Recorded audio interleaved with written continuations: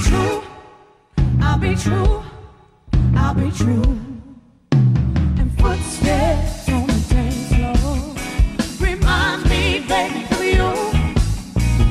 Teardrops in my eyes, and next time I'll be true, yes I will. And whispers in the corner room, she cries on every tune, every tune, every tune. And the music don't feel like it did when I felt it with you. Nothing that I do or feel ever feels like I felt it with you.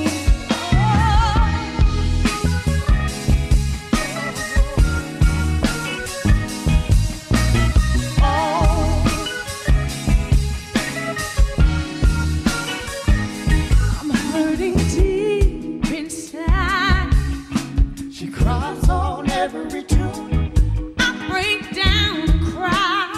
I cry. She cries on every tune. Every tune, every tune. And footsteps on the dance floor reminds me, baby, of you. Teardrops in my eyes, and next time I'll be true, I'll be true, I'll be true. And the music don't feel like it did when I felt it with you. Nothing that I do or feel ever feels like I felt it with you. See, the music just don't feel like it did when nothing that I do or feel ever feels like ever feel. Not like I better with you, baby. It just don't feel the same since I know. Feel ever feels like it's not like I felt it with you. I felt it with you. I felt it with you. Nothing feels the same. Nothing feels the same. Oh, oh, oh, oh, oh, oh, oh, oh, oh, say nothing feels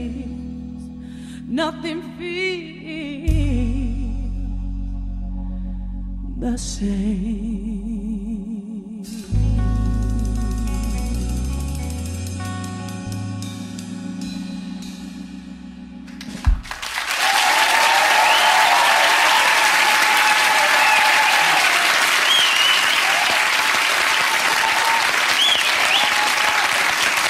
Talented, lovely and very nice. My thanks to Joss Stone, and their single Teardrops is out now. My next guest is one of the greatest soul voices of recent times. She rocketed to stardom at the age of just 13 after winning the BBC singing contest Star for a Night, before going on to win 2 Brit Awards, a Grammy, and selling over 10 million albums worldwide. Yeah. Welcome the sensational Joss Stone.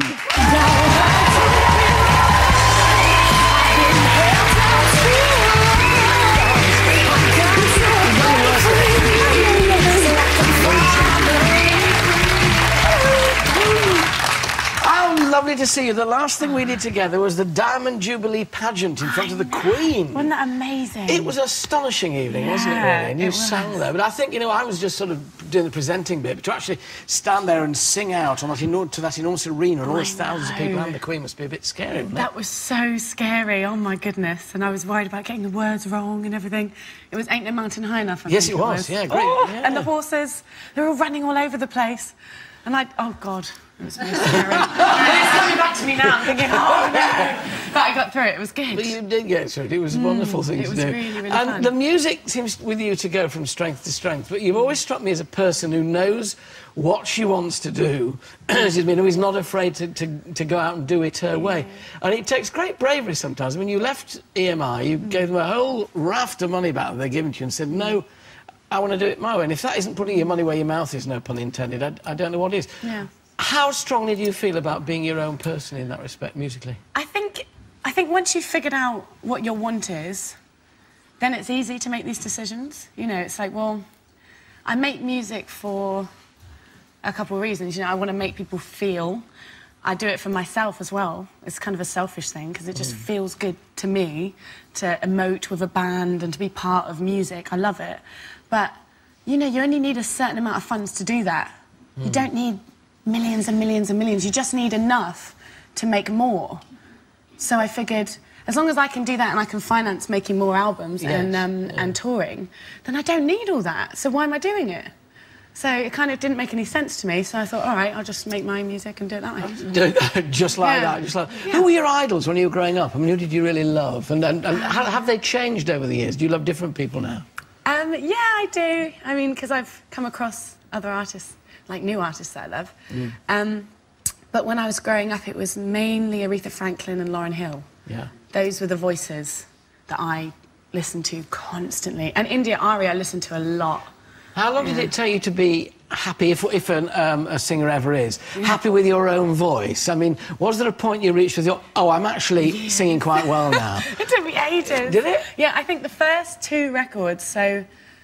The first two records, which are the most popular records, just, it's funny because I was learning how to sing. So when I listen back to it, I'm like, oh, my goodness, what are they thinking? But, yeah, I had a very, very young voice and I didn't know quite how to move it and do with it what I wanted. And then when I got to the third album, then I started to think, OK, I think I can figure this out now. I can do this. I can make this sound good. And enjoy it as well, because I think it must be dreadful if you're such a perfectionist that you can never quite enjoy where you are. Yeah, I know. You know, you really want to be in the moment as well, don't you? I think, I'm getting a great crack out of this. That's why I like to make albums quick, because I'm in the moment. Yeah. And everyone's like, well, Joss, calm down.